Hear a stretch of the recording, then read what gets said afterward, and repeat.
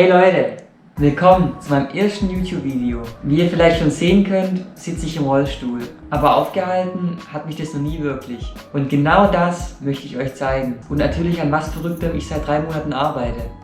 Ich habe 2 3,5 Kilowatt starke Motoren an meinen Rollstuhl gebaut und dann über ein Riemensystem mit den Reifen verbunden. Dabei habe ich jedes einzelne Teil, natürlich bis auf die Motoren, selbst in einer CAD-Software entwickelt. Und dass das Ganze nicht so einfach war, kann sich bestimmt jeder denken. Aber bevor ich jetzt auf irgendwelche technische Details eingehe, was ist überhaupt meine Motivation? Ich bin sportlich und längere Strecken bis zu 7 Kilometer sind auch kein Problem. Aber wer im Rollstuhl sitzt, weiß, dass man nach mehreren Kilometern einfach nur noch verschwitzt am Ziel ankommt und erstmal eine Pause braucht. Und das setzt auch noch voraus, man schafft es überhaupt ans Ziel. Und mit, ich nenne sie jetzt mal Hilfsmotoren, löst sich das ganze Problem in Luft auf. Und nicht nur das. Ich lege Strecken bis zu 6 Mal schneller zurück. Und Strecken, welche ich normalerweise niemals mit einem Rollstuhl bewältigen kann, sind einfach kein Problem mit diesem Antrieb. Und es macht auch noch Spaß. Es gibt natürlich bereits Elektroantriebe, die will ich jetzt auch nicht schlecht reden, aber die haben offensichtlich Nachteile. Sie sind oft zu schwer, oft nicht praktikabel, sind zu langsam, natürlich weil sie im legalen Rahmen bleiben müssen. Und dann haben sie oft nicht die gewünschte Reichweite. Ich möchte jetzt auch nicht zu arrogant wirken. Deshalb machte ich einfach selber einen Eindruck, ob ich die Probleme gelöst habe. Ich möchte nicht zu sehr ins Detail gehen, weil es sonst den Rahmen sprengen würde. Ich gebe euch stattdessen einen Einblick in mein Denken und auch, wie ich etwas geschaffen habe, was es so nirgendwo sonst auf der Welt gibt. Aber nun zur Technik.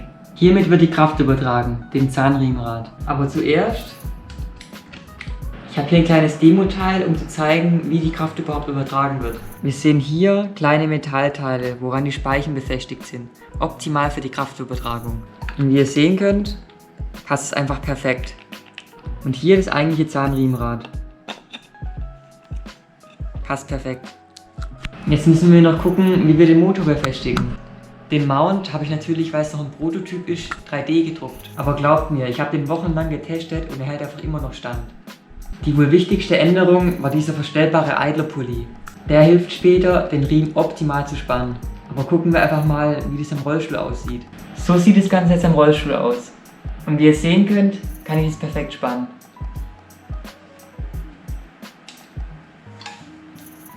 Wie ihr sehen könnt, benutze ich hier nur 9 mm Riemen. Das liegt daran, weil ich hier unten einfach fast keinen Platz habe.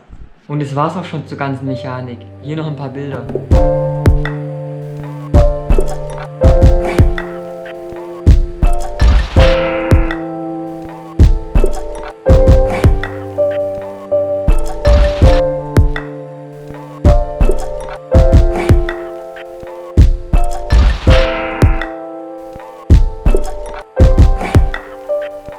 Nun musste ich noch ein Problem lösen, was mich auch leider 90 € gekostet hat. Wie steuere ich überhaupt die Motoren? Und hier möchte ich mich bei PriceSide bedanken. Er hat mir oft Fragen beantwortet, wofür ich sonst stundenlang hätte suchen müssen. Die Lösung war so simpel. Wie ihr es seht, ein Open-Source-Projekt von Benjamin Vedder. Und wie bei einem Amateur üblich, habe ich nach wenigen Tagen einen dieser Controller geschrottet. Leider ist auch so ziemlich alles schief gelaufen, was bei dem Projekt schief laufen konnte. Aber hey, endlich läuft das Teil. Aber weiter im Text. Es ist einfach gesagt ein Motorcontroller, welchen man selbst programmieren kann. Und so kann man dann zum Beispiel den Strom oder die RPM limitieren und natürlich unzählige Sicherheitsfeatures einfügen. Ich möchte hier allerdings nicht weiter auf die Motorsteuerung eingehen, da YouTube bereits voll damit ist mit dieser Technik. Falls ihr allerdings mehr darüber erfahren wollt, ich verlinke den Channel von PriceSide in die Videobeschreibung.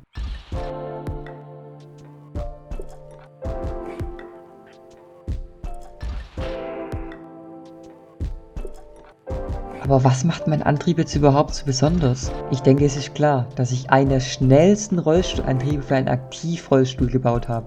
Außerdem wiegt das ganze System nur 3 Kilogramm. Und selbst wenn die Motoren installiert sind und nicht benutzt werden, spüre ich als Rollstuhlfahrer kaum einen Unterschied. Also einfach gesagt, keine zusätzliche Last, falls ich manuell unterwegs bin. Zusätzlich zu all dem ist mein Antrieb auch noch praktikabel. Denn wenn ich in mein Auto einsteige, und das kennen wahrscheinlich die meisten Rollstuhlfahrer, muss ich sowieso die Reifen abmachen. Und letztendlich muss ich hier einfach nur noch kurz den Riemen mit abnehmen und fertig. Vergleichbare Systeme haben zum Beispiel Räder, welche 6 Kilo pro Rad wiegen. Oder Vorspannbikes, welche man meist gar nicht ins Auto einladen kann.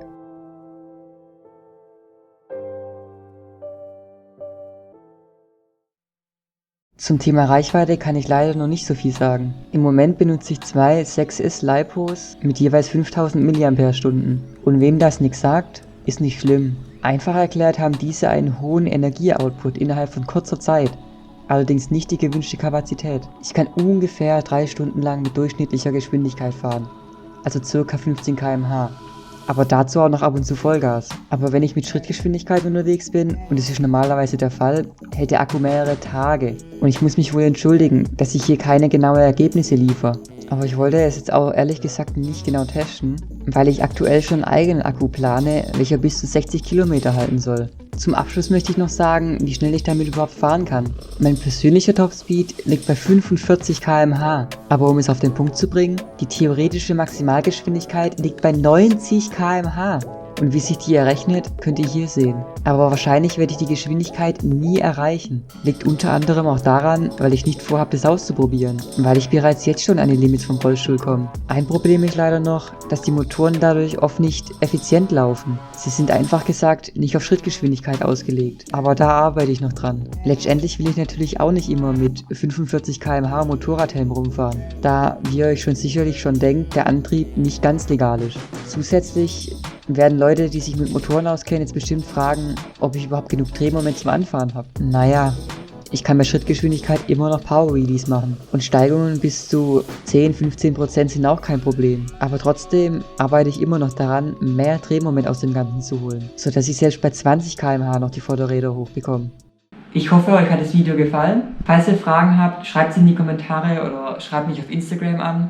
Wenn ihr mehr sehen wollt, lasst es mich auf jeden Fall wissen und vergesst nicht zu abonnieren. Macht's gut. Ciao.